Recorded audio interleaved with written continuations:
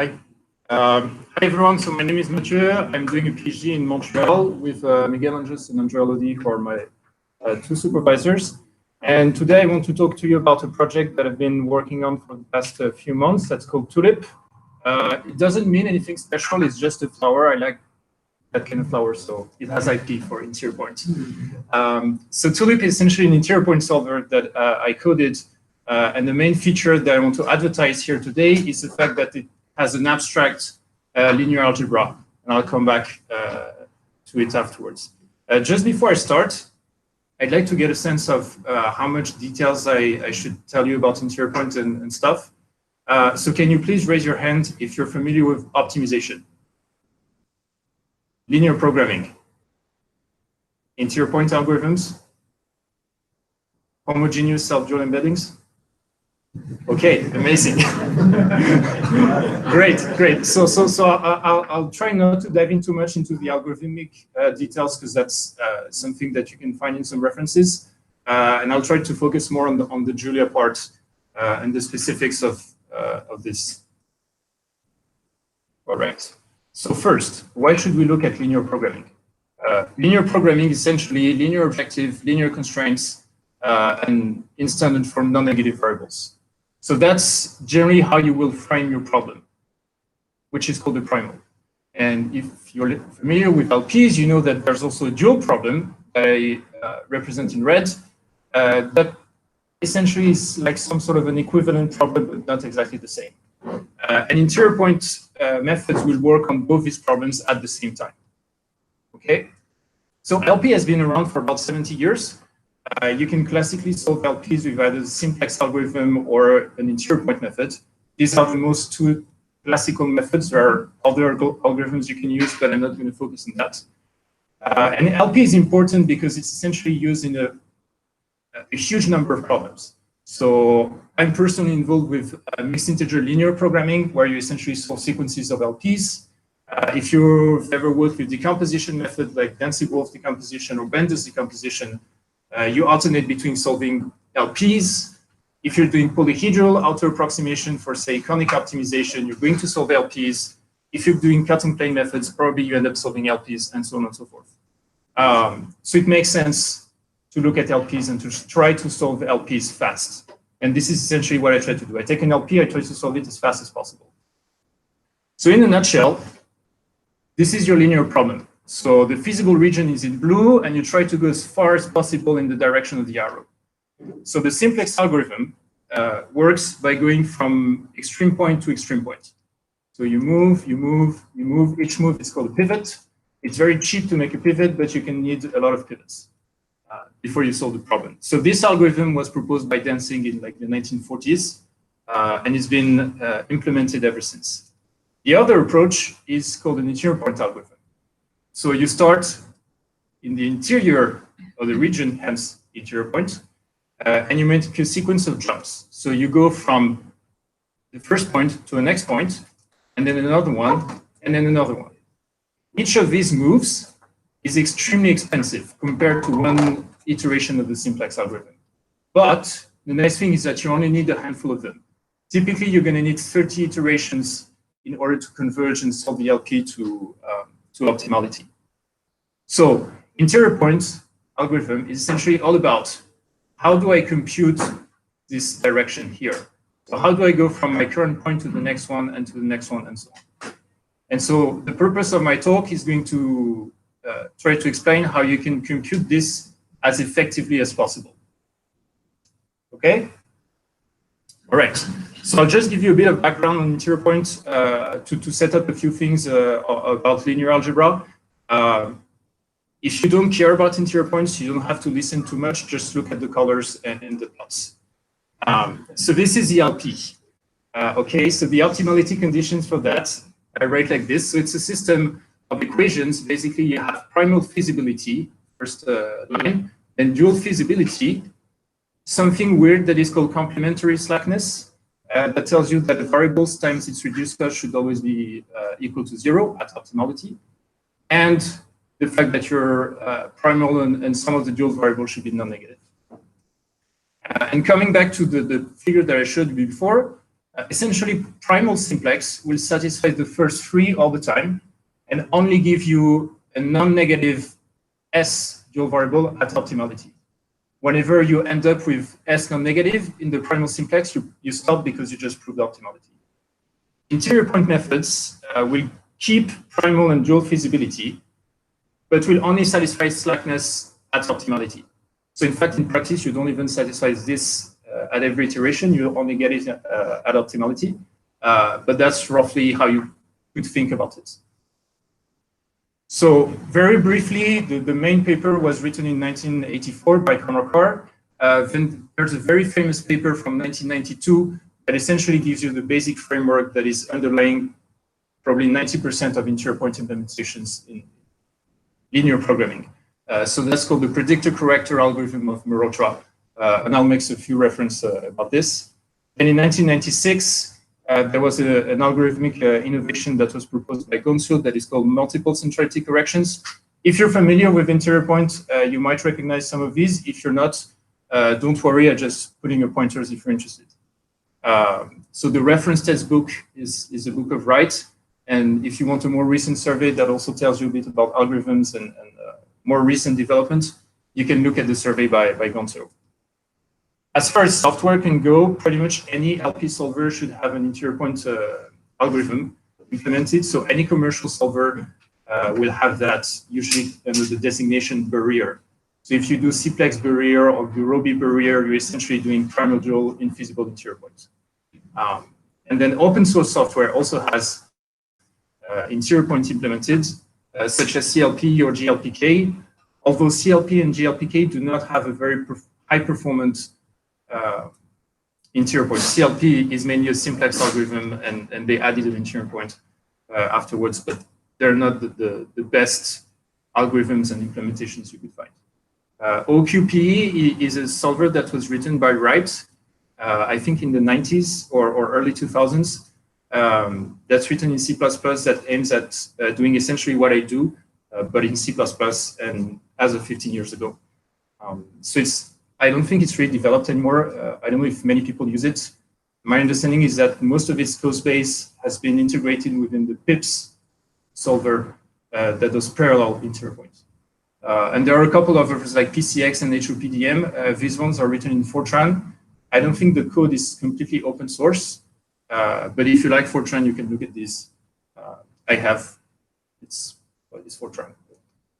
All right, so in a nutshell, what does an interior point algorithm do? You compute an initial point. I'm not going to describe how, just believe me that I can compute an initial point. And then I'm going to compute a search direction. So remember the plot where I had the green dots and the arrow, that's computing the arrow. So you do that by solving a sequence of linear systems. Don't worry too much about what the right-hand side here is. Just the main point that I want to make is that this matrix and this matrix are the same. Okay, and in practice, you're going to solve a series of linear systems with always the same left-hand side matrix and potentially different right-hand sides. And that will come up later when I talk about factorizations. Once you've computed these two directions, you sum them and you make a step in this direction. Okay, so you may compute only one of them, but typically it's much more efficient to compute two. And you keep doing that until you converge. And there are people who did a lot of math to tell you that if you do that, then you will converge. And in practice, it does. So geometrically, this is what it looks like. So this is your current iterate, x. You compute a first direction that is the predictor that if you were to make a full step in this, you would go outside of the feasible region. So you have to damp the step and back it up a little bit. So this first direction, the predictor here is also called the affine scaling direction. And then you compute the corrector that essentially tells you, you know, if you sort of like try to steer a little bit, maybe to the right or to the left or whatever in an n-dimensional space, you could actually end up here. And if you make a step towards that point, you can make a much longer step. And so you converge much faster. And so this is a basic one predictor, one corrector. but you can compute additional correctors a few extra times to try to reduce the total number of iterations. All right, so current point, you compute some directions. Each of these directions you compute by solving a linear system. And every linear system that you solve within a single iteration is always the same left-hand side matrix. So there's a lot of math that goes into telling you why you will only need a few iterations. And then there's a lot of engineering that goes into how can you compute those directions fast. And in practice, that means how can you solve a linear system fast and efficiently. So wrapping it up, if you want to solve LP, so you look at the primordial standard form like this. At each iteration, you're going to solve a bunch of those systems that I call Newton systems, with always the same left-hand side matrix, but potentially different right-hand sides. It's one of the few practical polynomial time algorithms. It was not the first, but the first one was totally impractical. And interior points are extremely efficient when you have large-scale problems for LP, and by efficient, I mean faster than simplex algorithm typically. All right, so now I'm going to dive more into the linear algebra. So essentially looking at how we can solve that efficiently. Now, one important thing to notice is that all I need to do for my algorithm to go on is to get a solution to that system. I don't care how you solve the system as long as you give me the solution. So if you want to do a factorization of this, you can. If you're in MATLAB and you just want to use a backslash, or in Julia, you can. It's not going to be the most efficient, but it's going to work. And you can code an interior point in maybe 20 lines of code. It's going to be extremely slow, but it's going to work. If you want to make it fast, then you have to dig in this a little bit deeper. And this is what we're going to do right now. So Newton systems has this kind of structure in the matrix, okay? So if you want to accelerate your interior point algorithm, there are two things you can do. You can do math and get a better algorithm that will generally lead to a reduction in the number of iterations. And what you can also do is reduce the time per iteration. That's generally engineering and better linear algebra. So that's what I'm doing here. So you don't actually solve that system explicitly because this thing is a diagonal matrix and this thing is a diagonal matrix. So typically you substitute this delta S and you get this system that is called the augmented system. It's smaller. The only issue is that this left-hand matrix is now indefinite. So it's actually quasi-definite if you add the regularization. But typically for linear programming, you will do an extra substitution and you get the normal equations.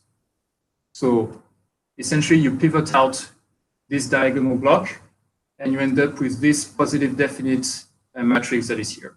So it's strictly positive definite if A is full row rank, which generally is assumed. If not, you can do a pre-processing to remove linearly dependent rows.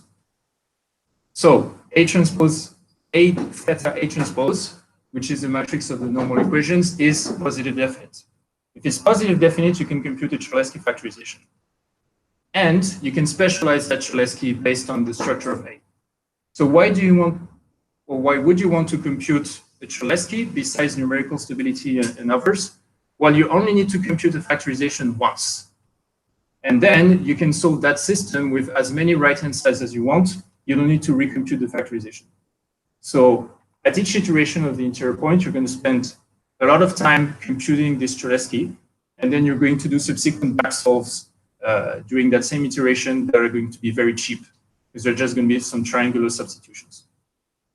And this is where a lot of the performance of the algorithm comes from, being able to efficiently compute this Cholesky factorization. So a generic solver, general solver like CLP or GLPK, will have a general sparse linear algebra that is implemented. So A is going to be a sparse matrix, and there's a code like in GLPK, you can look at the Cholesky factorization code, and it will just compute a sparse Cholesky factorization. If you have extra information about A, so about the structure of your constraint matrix, you can use that in the Cholesky factorization to speed it up. And argue that doing that will result in significant speed up in practice. So just to give you one example, I've been working with unit block angular matrices that arise in applications when you do density wolf decomposition and then column generation. So essentially, you end up in your master problem with a constraints matrix that looks like this. You have a bunch of rows that are just ones. And then you have lower blocks that in my case were dense, but maybe sparse in the general case. And if you compute the left-hand side matrix of the normal equations, you will see that it has this bordered angular structure. And this is something you can use to accelerate Cholesky. So I'm not going to give you details about how to compute that, the Cholesky factorization of that. If you have more questions, we can talk offline or ask me after the talk. But for the purpose of time, and this is how far I will go. Just trust me that you can actually exploit structure. So you can exploit structure, you can exploit data types. Like say if A only has integer coefficients or Boolean coefficients, that is something that you may want to use when computing those factorizations. So summing it up and putting it all in the Julia package. So I've coded this solver that is called Tulip. It's available online at this GitHub URL. I'm just going to list a few features that I think are the most important one. So it uses a homogeneous solver embedding and the method of multiple corrections. The upper bounds on variables are handled explicitly, which essentially allows me to default back to the same normal equation system all the time. And the algorithm itself only uses abstract linear algebra. So A in the algorithm is always going to be an abstract matrix. And then very specialized linear algebra. So I currently have a sparse Cholesky that is just using the Julia's Cholesky that I think is calling sparse. So it's not particularly performant, but it works, which is what I wanted to have. And I also coded a specialized Cholesky for unit block angular. And this one is fast. Currently, it's only interfaced through MacProc base. And I'm working, or I want to work on extending the interface to MOI and to improving numerical stability, which is very important in practice, and having a better general sparse linear algebra. So that last point is essentially trying to make the solver more efficient on general LPs so that anybody could use it out of the box and solve practical instances. So I tested it on the netlib benchmark. It's a set of small LPs. I only tested it last week, and I removed a bunch of instances that I cannot solve because I can't model them explicitly in the solver. Basically, most of the time my solver can solve them. A bunch of time it will run in numerical issues, which is expected because there is nothing in the code that currently handles that. The point that actually surprised me is that my code is faster than the CLP or GLPK interior point on instances that are supposedly hard to solve. So among the instances that I can solve, among those instances that take the longest, I am typically faster than CLP or GLPK. So I didn't write this to brag. I just want to point out that there's a potential to have a state-of-the-art interior point solver that is coded in pure Julia. And I find it pretty cool. Yeah. Saying this comparison you mean against the interior point. Yeah. It's always a barrier. So barrier, no pre-solve, no crossover, single thread. And yeah, I mean, it's not that surprising because CLP and GLPK totally have a very efficient barrier algorithm. But the simplex would be completely destroyed against CLP. And then I also tested that on some more involved instances that came from a different project of mine.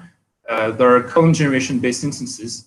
So if you're familiar with that, I essentially solve instances with up to 30,000 subproblems. Very few linking constraints, but every linking row is very dense. And that gets you a master problem that typically has up to 30,000 non-zeros, 30 million, non-zero coefficients, about 30,000 constraints, and up to, say, 100,000 variables. And so I use the same column generation code, and I try to change the solver, say, my solver or Mosaic or Gurobi to solve the master problem. And it turns out that my code is faster overall, but I really want to look at the per iteration time, which is significantly faster than state-of-the-art commercial software. So, I mean, this is common sense. There is structure, I exploit structure, I'm faster than something that doesn't exploit structure. But the point that I want to make is that if you use even a generic interior point solver and you're able to specialize your linear algebra, which is something that you can do very easily in Julia, then it's possible to beat state-of-the-art, even commercial solvers on non-trivial instances. So this is where I am right now, and I'd like to extend this to make it more available through MY and JuMP. Obviously, I have to work on numerical stability, because right now I would not advise you to use it in any practical application, and possibly extend it to quadratic programming. If you want to have a more JuMP-related talk, there are two things that interest me particularly. The first one is how you can give structure information to the solver. So I told you I'm able to exploit structure, but I need to know that structure. And if you only pass me a generic JuMP model, I'm not necessarily able to exploit that. Open question, how can you give structure information to the solver in a somehow generic way through JuMP? And the other one, because I was involved in decomposition problem generation, I'm really interested in the ability to take a problem, solve it, make some modifications like add cuts or add variables, change some tolerances, and resolve it again without having to recreate the model and so on.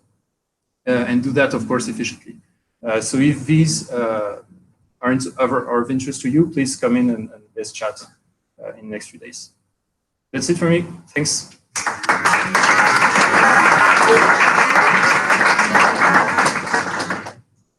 Any questions? Have you thought about using numerical complements? How does that interact? So I have thought about it. And that's about as far as it goes. How would it interact? If you go back here, so once I get there, so no, actually. Okay, so I lied a bit. So in my code, there's a function that says solve Newton system, and then you can plug in whatever you want. So there's a pre-processing phase at the beginning of each iteration where you will compute the factorization, or you could override that method and compute a preconditioner instead. And then you pass either this factorization or preconditioner to a specialized method that will either do a substitution or an iterative method to solve the Newton system. And then within that Newton system, I do the augmented system and normal equation substitution, and this is currently how it works. But there's nothing that would prevent you from, say, just computing a preconditioner, and then instead of going for a substitution, just do iterative methods to solve the linear system. In practice, I don't know how faster it would be. And obviously, I haven't tried it. Yeah. The really large problem you were doing, the master problem. So you said you had like tens of millions of non-zeros. So you're doing sparse Cholesky with tens of millions. No, so actually, if you have this matrix and you try to compute a sparse Cholesky of this, you can essentially pivot out all this diagonal block, and you end up computing a Cholesky of the 10th true complement that is here. And for the instances that I had to work with, this guy is probably 100 by 100 or 200 by 200. So I do a very big computation of true complement that's all dense, and then I just do a dense Cholesky that is super fast. And it works, luckily. But in general, you would want to do a sparse Cholesky on that. Yep. Thanks.